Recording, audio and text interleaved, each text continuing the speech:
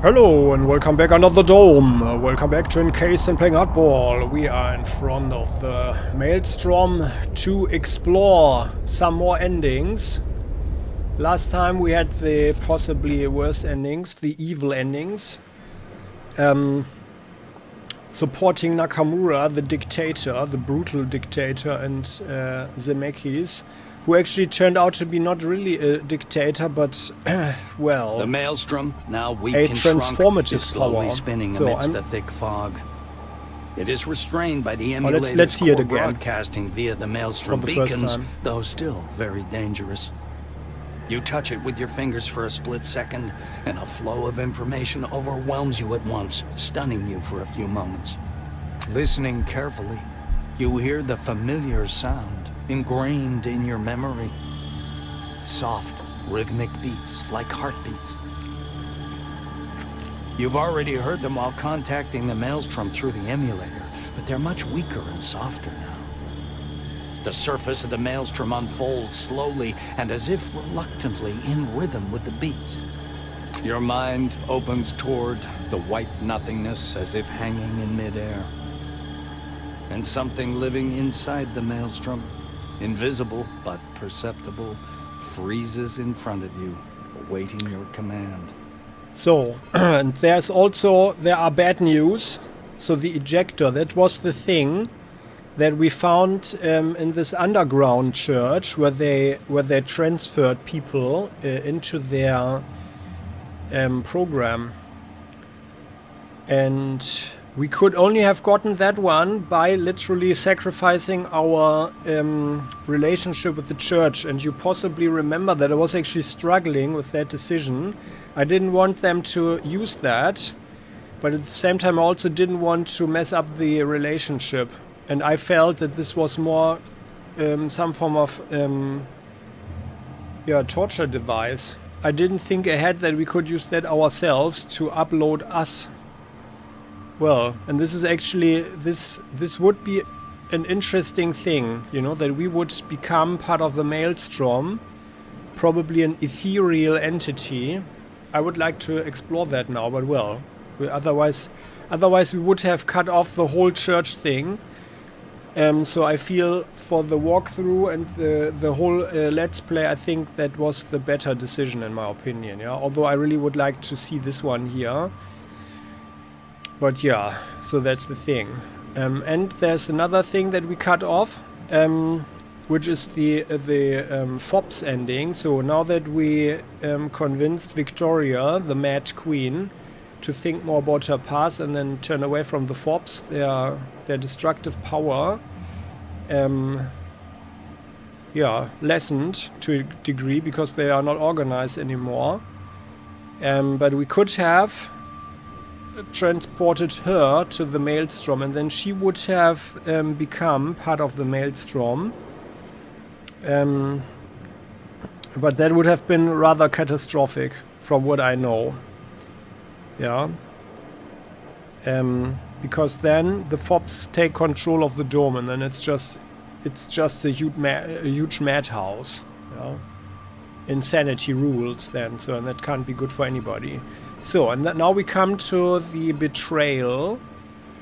Now, we are in this episode today. We are going to sabotage. Here, the beta helmet. Do Nakamura a disservice configuring the beta helmet the wrong way. So, let's do the disservice for the Phalanx first, because last episode we had the Phalanx first and then we looked at Nakamura. So let's do the Phalanx a disservice configuring their device so that it would provide data not only to the Phalanx mainframes, but what else? Not only, what does that mean? You produce the device made by the Phalangists from your pocket. Its function is quite clear. It's a powerful portable radio station powered by the Maelstrom's magnetic field and connected to a relic via a special decoder. The device is broadcasting in encrypted mode now, which you don't like. You unplug the decoder and connect the relic's adapter directly to the radio station. From now on, Any information getting to the Maelstrom will belong to all mankind under the dome. I think that's also a quite appropriate solution. You take a step back, lose your balance, and fall into the endless white nothingness. They are very good.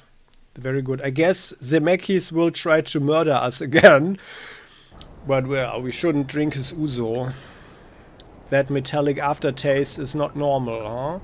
Hey there, Yoko, you want to come around and along? Yeah, people who retire, you know, they are not being killed, they are not getting killed or whatever. So, come on. So, then let's talk. Oh no, sorry, that was the wrong side. Ah, but maybe the scientists are actually saying something, so maybe we should talk to Russo, and then we can also pick up Katarzyna. Let's do that. Running over there. With our beautiful servo shell. There we go. Hey Kata, how's it going? Katarzyna notices you from afar and You did it, I'm not, right? you know, we did that never 2 doubted it episodes for a ago, so... Well, What will you do next? What? The housekeeper? No, come on. You don't need to be a waitress, your potential is way bigger than that. Think big. Hey there, Henrietta. Yellow dust is still hovering in the warm air, not yet settled down completely. Russo is standing near her tent, looking both peaceful and lost. I feel as if they'd taken my favorite toy from me. I'm kidding. I'm glad you succeeded. Yeah, actually, this is possibly even a better choice, because like getting the information from Maelstrom just like a book, like a library, that seems to be much better than having the researchers research everything, I guess. What are Henrietta shakes her sleeve of the desert dust, laughing. No, okay, no, then it's the regular thing, so... Then let's talk to them, Zemeckis. That's the new committee. Let's stay clear of them, because they must be angry and they get into this murderous mood. Oh, I can never find them. Where's Christ? That's also, you know, a certain hint at a certain corruption there. But I'm still surprised what Zemeckis would make out of himself and his group and out of humanity. I are here. So there we are. There we are. This is actually even a worse betrayal. I mean, he's prepared to kill us if we don't even help him. But now we turn it upside down. So let's see what he does. Hieronymus. Zemeckis is sitting in the same place, but there's no teacup in front of him. There's a bottle of some alcohol, a carafe of water, and 2 shot glasses instead. CRONUS raises his glass slightly above the table. So, how are you doing? Feeling like a winner? Sit down. Let's drink to your success. Oh yeah, last time we sat down but then refused, so let's refuse right now. You shouldn't refuse. You're curious why I offer you a place at my table. Zemeckis winks at you. No, you know, I'm not curious at all. In addition, I've got to go. Nuts to you then. But don't think you won. He downs his glass and refills it. Uh-huh. Well, interesting. Yeah, well, so the ouzo is poisoned, so...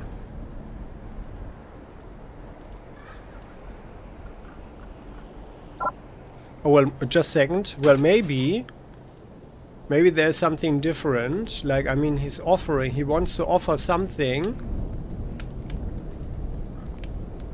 Is he inviting us still? I mean, I'm a bit curious now, actually. Zemeckis is lounging in his chair, thinking about something. Oh, no. Now I'm really curious. Oh, no. Oh, no. Come on. Well then, I mean, we've got an autosave when arriving here at the Concord Desert Station. At least I hope. This is the autosave. Yeah. So let's take Yoko. Yoko. Looks the Robo Girl. Yoko's out Come the on, Robo Girl. come on. Furthers the Yes, girl. come Let's with, begin our scientific. come with me. Oh, and by the way, we wanted to find Cheerful Jack, right? Like, where is he again? Like on this side somewhere? No, there's Crump there. Or he's probably at Carmen Heights or something.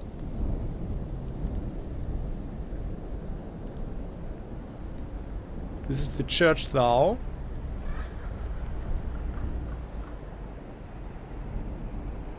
No, that's not right.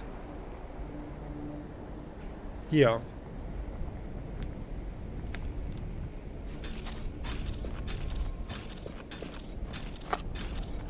I mean, Zemeckis just uses Jesus Christ here to have some additional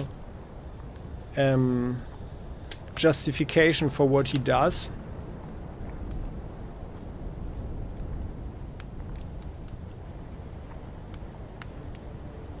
Which is what dictators usually do. Zemeckis is sitting in the... CRONUS raises his Well, let's glass. sit Zemeckis down. pushes the bottle toward you, allowing you to have a better look at it. Ouzo, a Greek national drink.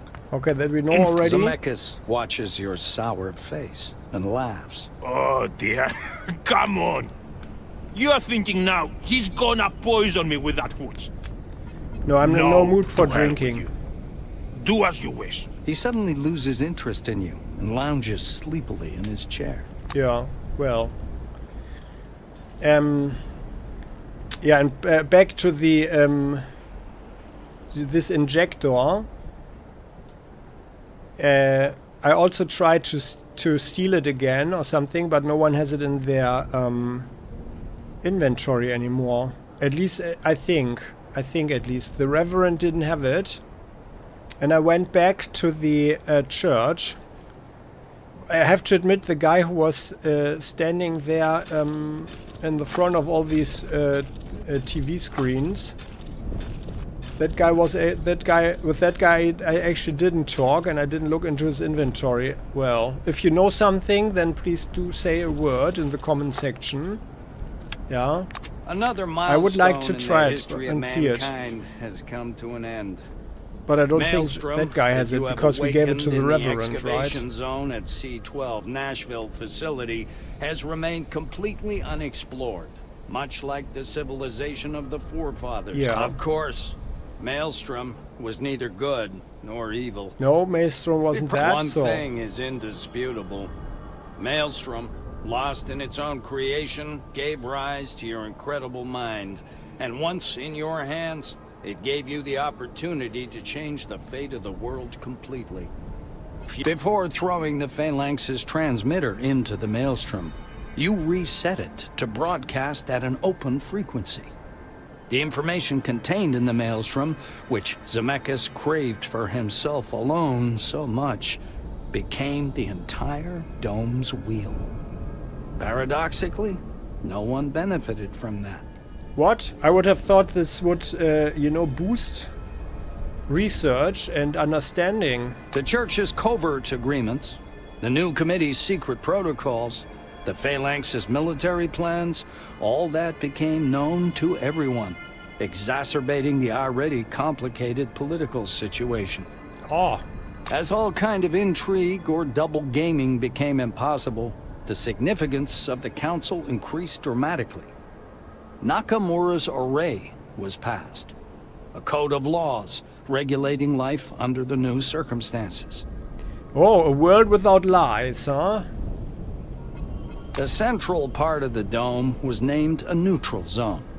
The other territories were divided equally between the Phalanx, Carmine Heights, and the new committee. Isolationist policy became useless. The era of forced cooperation and mass control began. Oh, Eventually, the Union was created in 1990. A political structure aiming to share use of scientific, material, and human resources. The Union's laws gave all inhabitants of the dome equal rights and duties. Carmine Heights bid farewell to its freedom and liberalism. So did the Phalanx to its rare relics monopoly. The new committee provided all its infrastructure for common use. The consolidation of resources made for a scientific growth and a kind of social equality. Dissidence was prosecuted. A person who voiced rebellious ideas would soon catch the eye of the Black Wing and receive the status of unreliable one. Any form of resistance proved useless, and decades of peace and stagnation followed. Oh, that's actually, well, there's some good in there, but also a lot of bad. Stagnation. But that would happen many years later. By that time, your name would be forgotten, and your bones would have decayed. Only the story of the New World's birth would remain of you, an embellished, distorted one, turned into a solemn legend. Uh-huh. Oh, that's it? Well. Okay then, so stagnation and... but peace. Well, now we don't know what's going on under the dome in regard to signs and infertility and stuff, right? Well, let's see what happens if we betray Nakamura. So, information for everyone, huh? So, well, that's also not so good. That's kind of a disappointment, actually. I thought that they would have cooperated, like in a better way. Well, the maelstrom, now listening, so then, your mind opens toward the white nothingness as if hanging so then, in midair. do Nakamura a disservice configuring the beta helmet the wrong way. You recall Nakamura's words, and as you study the helmet, actually find some similarity between it and the emulator technologies. You find the adjustable resistor and set the level of incoming signal to maximum. No brain, not even Nakamura's, can survive a radiation that strong. Why does he say not even Nakamura's? Like as if she's got a special brain. Oh! That's it? So now... we can do the second thing.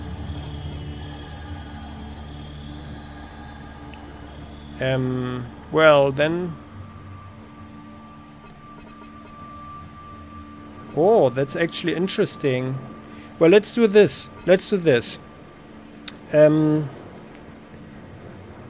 Let's do this one here. Do the church a disservice cracking the Maelstrom program so that the churchgoers' minds will stay locked inside it. Actually, I think that's a really bad thing. Yeah.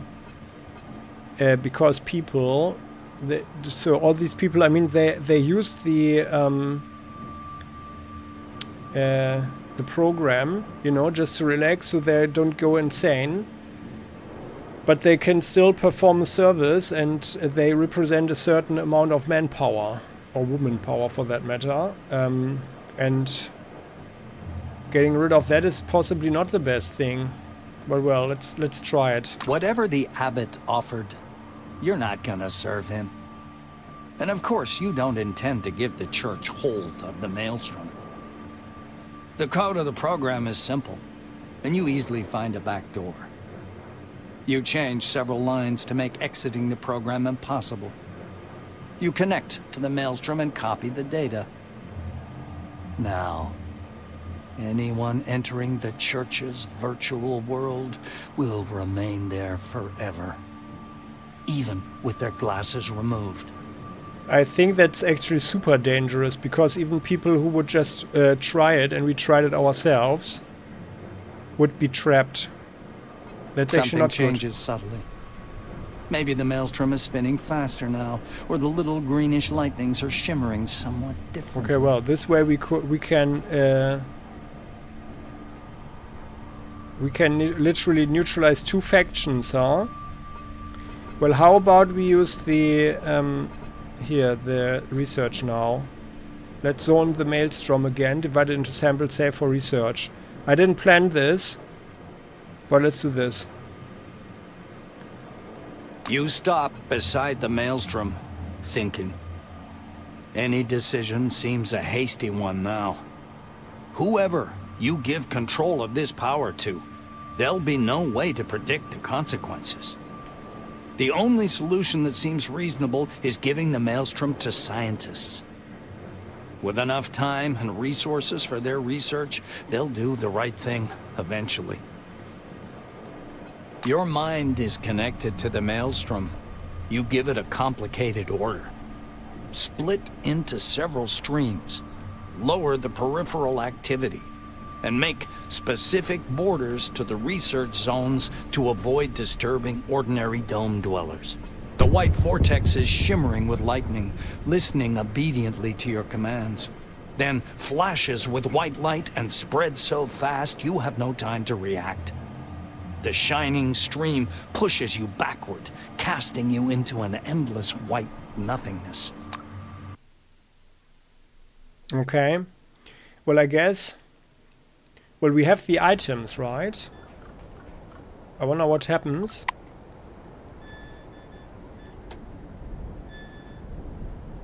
The beta helmet. Phalanx transmitter. The relic afflicted watch. Well, Yoko, come along. Also, that way you can actually help carrying all the stuff. The girl nods. Command protocols are set. I am ready to explore the dome, Senpai. There you go, that's nice. So let's go here to Nakamura. Oh, well, actually, let's go firstly to the church, because that should also be safer.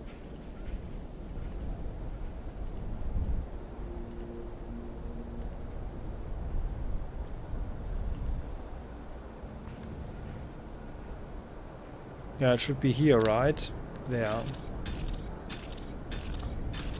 And then we can also look for a cheerful Jack, because we haven't talked to him yet.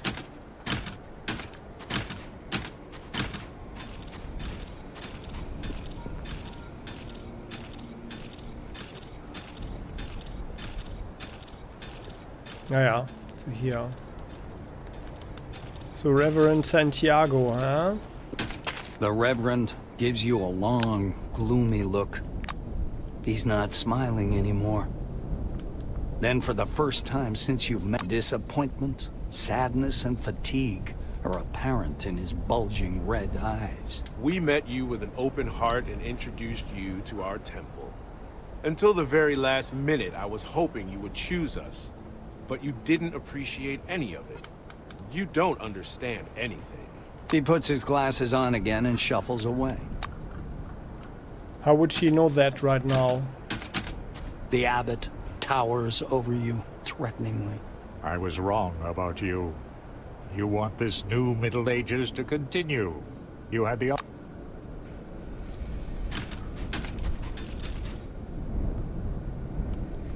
That doesn't... Huh? I thought we could... Didn't we just... adjust this? Like, and how are they actually talking to us? They should be trapped inside of their program. Well, anyway, so that is a bit confusing right now, but well. So let's go here. That's Carmen. That's the new committee.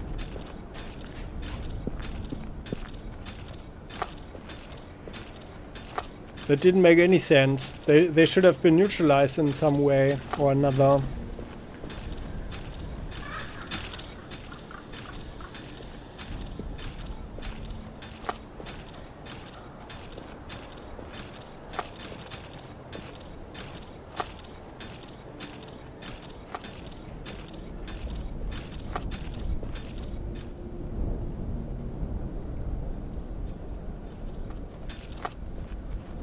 Oh no, not that guy.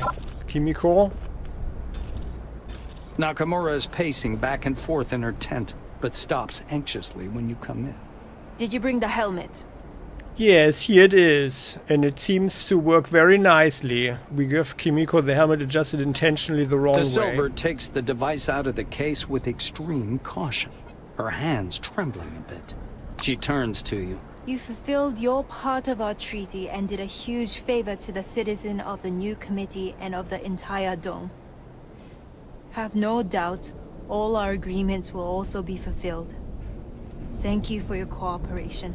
Well, yes, of course. Okay. She doesn't put it on yet. Well, then. Yeah, well, then.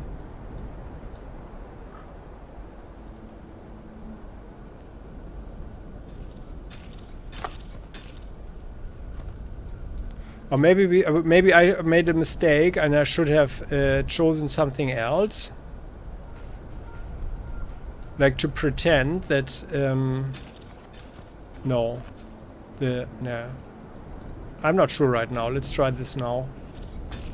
Let's try this. There we go. Another Leaving. milestone in the history of course.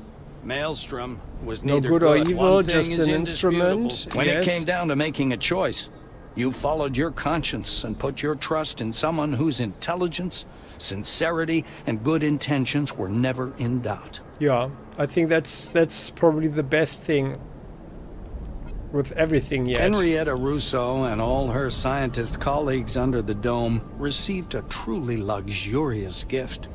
An enormous, insanely complex anomaly ready for their research and experiments. Maelstrom was split into many foci with different properties and well-defined boundaries. Although your decision had political consequences, nothing much changed at first. Life under the dome went on as usual. The helmet you gave Nakamura cut her life short in the most tragic and horrific way. Kimiko put the device on in the middle of a council meeting, and her brain was massively overloaded and fried. Obituaries of the most influential person under the dome have remained on the pages of committee papers for a long time. Well, but it seems like the new committee is actually working nicely because things are well kept here. Nakamura's death was the start of a new chapter in the city's history. Those who succeeded Kimiko realized how badly the city needed democracy and immediately moved to soften the committee's many regulations. The rules of staying in the city and sales duties were significantly relaxed. These policy changes led to the slow but steady growth of the settlement. Ah yeah, there you go. The list of employees you delivered proved quite handy to Zemeckis. He invited many of the high-qualified specialists to work for the Phalanx, and some of them took the offer, leaving the new committee forever. After defeating the Maelstrom and wandering around the desert to your heart's content, you returned to Junktown and took the mayor's chair. Upon improving your relationship with Bethany, you took on a course to build a thriving capitalist community. Since Spengler, who lost his position as sheriff, left the settlement, you also had to take on the fight against crime. But you did not achieve much success. Junktown remained to be a rather dangerous place. With the weakening of the new committee, Magellan weakened too. The regime remained the same, only the people became poorer and more miserable. Oh, Elections took place in Carmine Heights. The Reisners kept their position. I still wonder why we were not allowed to run for president Your there. help had a significant effect on the settlement, and the community learned its lesson. Peace among its members became the highest priority of its internal policy, and eventually led to the creation of the local parliament. The long-lasting, simmering conflict which had been ruining the marriage of Johann and Olivia gradually faded. The now wiser spouses managed to build a balanced settlement, combining both powerful scientific potential and productive agriculture. With the passage of time, Carmine Heights managed a small but technically equipped army to protect the Republic from invading forces. Zemeckis' embarrassment from losing the elections in Carmine Heights didn't last long. CRONUS channeled all his passion toward transforming the Phalanx, trying to turn it from a private mercenary army to something bigger. He succeeded. Thanks to the database of the new committee employees you'd stolen, Zemeckis managed to attract valuable specialists, who turned the Phalanx into a leading community of the Dome for years. The Forefathers' best technologies and advanced genetics allowed a breakthrough in medicine, which made cloning, growing organs, and cyborgification possible. Zemeckis himself survived several operations and died in 2047 after an unhumanly long life. So he must have been, like, how old is the guy? Like at least 30, 40 or something. And it's in the 70s. So, well, like around 110 probably. The abbot made a mistake by trusting you. Though you did link the Maelstrom to the Church's systems, what you did was far from what you'd been asked for. From that moment on, everyone who got into the Church's virtual world could never leave it. Zealots, isolated in their own universe, you protected the society from their corrupt influence. As for the picnic neutral zone, it degraded slowly for many years. Your help proved to be not enough to provide its autonomy. Well, actually, the problem would be solved pretty quickly, right? Because, like, if they are inside of this program, they would just starve after a couple of days. So the Church would be literally dying out within days.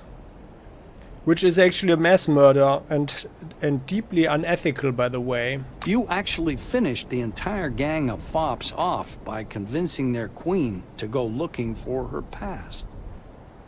Without Victoria, the fops became weak and undisciplined. They scattered all over the Dome and died away within several years. In the hands of White Wing, Maelstrom began a new scientific era.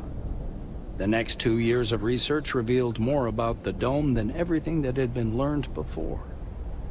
New drugs were developed to completely counter radiation sickness and cancer.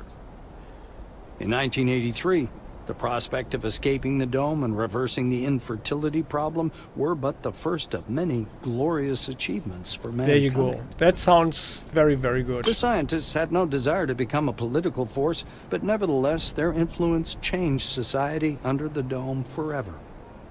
The future continued to be uncertain, but now at least it was in good hands. Though it became obvious much later, after many years... Yeah, well, we've been forgotten and have become a legend. Okay then, so...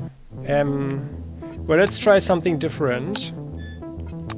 I mean, I don't feel that it's a good idea, you know, to destroy the Church like that in this way, because there are also a lot of innocent people there. Yeah, so that's certainly not a good thing to do. Let's see. Let's give the Church the Maelstrom. Now listen, your mind opens toward so what did I do? the white So nothingness, as if doing hanging Nakamura in disservice, configuring the beta helmet the wrong something way. living inside the Maelstrom, invisible but perceptible. We could also no, freezes let's not do Audrey right waiting now. command. Let's just leave it all like that. And let's change the Maelstrom's program turning into the Church's calculation unit. So let's see what that does. Connected to the Maelstrom, you run the program the Abbot installed on your Kairos. Though there are no preliminary tests, the initialization is fast and successful, and the Maelstrom begins downloading the data from the device. Something changes subtly. Maybe the Maelstrom is spinning faster now, or the little greenish lightnings are shimmering somewhat differently. You shake your head. Your ears are filled with a strange electronic-like gurgling sound growing ever louder. That doesn't sound so good. The maelstrom flashes before your eyes. Okay, and then we are going back. Okay. Well, what I'm still a little bit disappointed with is that we never really found out what the maelstrom actually is and what it does. What's its purpose? Yoko looks at you. Yeah. The Yoko's the robo. Further study. But I mean, okay. Let's begin our scientific Like from the storytelling perspective, I think it's acceptable. Although I feel that it's unsatisfying, of course. Here, and let's talk to the church. So they are up here, right?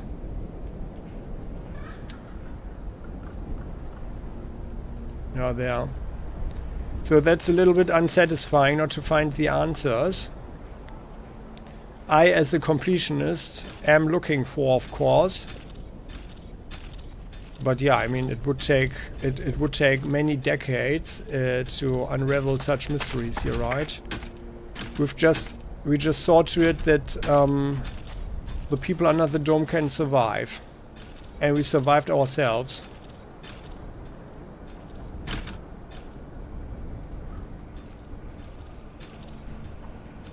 Abbot? No, Reverend. Hallelujah. Hallelujah. Santiago exclaims upon your appearance and joyously throws his hands in the air. A halo seems to flash above his head for a moment, a vivid scarlet halo with a perimeter of shimmering rays. The vision flickers like a hologram and disappears. He gives you a firm hug. You have created a miracle. Rather, we have created it together. Enjoy the better world that's coming. We are right on the threshold. Well, thank you, Santiago. Thank you so much. Such a privilege to work together, right? Abbot? The abbot is literally glowing from inside. The air around him is filled with shimmering golden light. The barely visible halo around his head resembling a nimbus. He bends toward you, vivid, serene, and happy, like an aged angel. His weightless hands rest on your shoulders. You have made the right decision. We are on the brink of a new world, thanks to you. Well, why do I see a nimbus around The you? old man stares at you with a friendly chuckle.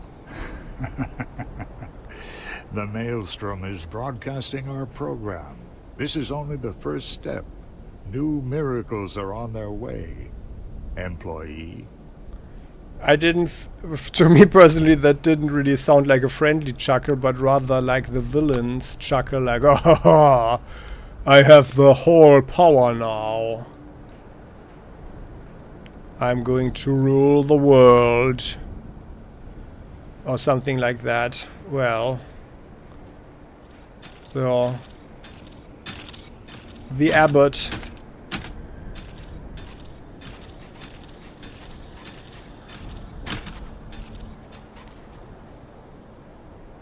Meadow hatchet.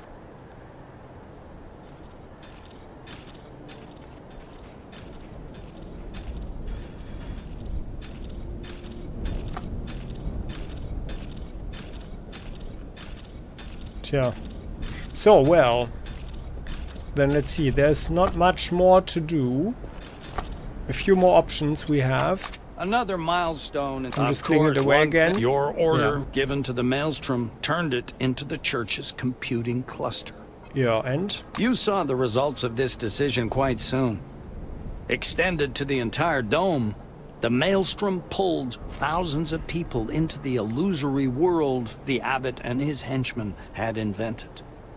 Oh, now it says his henchmen, huh? Now we've got a certain judgment here. And although many liked the virtual paradise very much, the majority was pulled there against their will and got stuck there, unable to change anything. And you practically became a god. Oh, did we then? On the contrary, the real world's history didn't remember your name. Mostly because the real world itself became a grim, quiet, slowly devastated place. Yeah, that's what I feared. You saw its drastic eclipse shortly before the virtual world sucked you in completely. Walled off, The old civilization, now so far away. The dome fell silent forever. Those who will come here one day after you will only find empty settlements and a mysterious glowing column rising in the very center of the desert. That's what the Maelstrom turned into soon after the transformation. A glowing digital stream. Oh, all the data sent from Earth to the aliens or something. Though that was yet to happen. You went farther into the desert, the wind erasing your footprints. The Maelstrom was slowly changing, and the old world counted its last days. Okay, so actually this is also a really bad ending. Oh. Well, that's not good. So far I personally like the scientific endings best.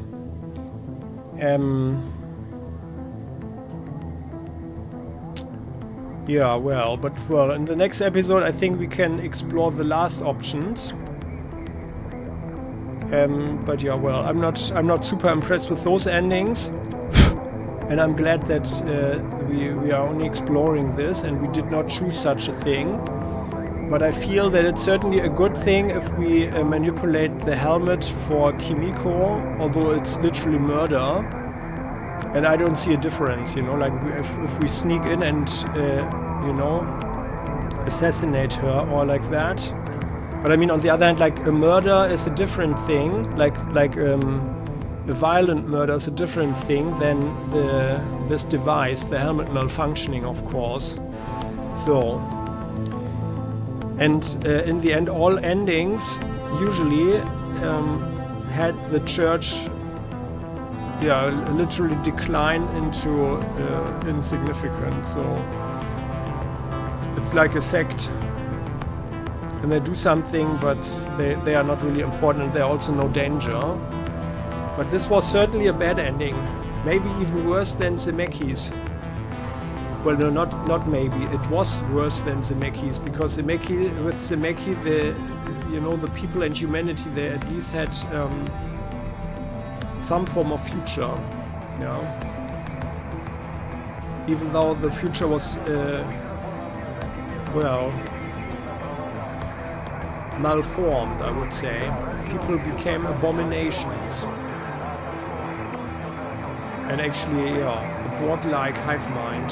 Well, but that's all pretty interesting. Yeah, well, let's continue next time. So I hope you enjoyed this one and found it entertaining and interesting. Some interesting science fiction thoughts about possible outcomes of the situation. And yeah, don't forget to subscribe to the channel, hit the bell to never ever miss an episode again. And we are continuing next time. And well, if you would like to share your thoughts, I mean, what do you think about this? Do you feel that it's not unethical to take out Nakamura like this with the helmet? And or do you think that it would be justified in a way to trap all the people inside of the church's program, yeah, just to neutralize them? But well, in my opinion, this thing would become a permanent trap, and that's why I don't like it so much. Yeah, then it's always better if they can get out of there, and people could go in there just out of curiosity, or even being forced to do that, and then not getting out of there would certainly be a bad thing. Yeah. Well, my opinion. Okay then, so we'll continue next time. See you then, bye bye.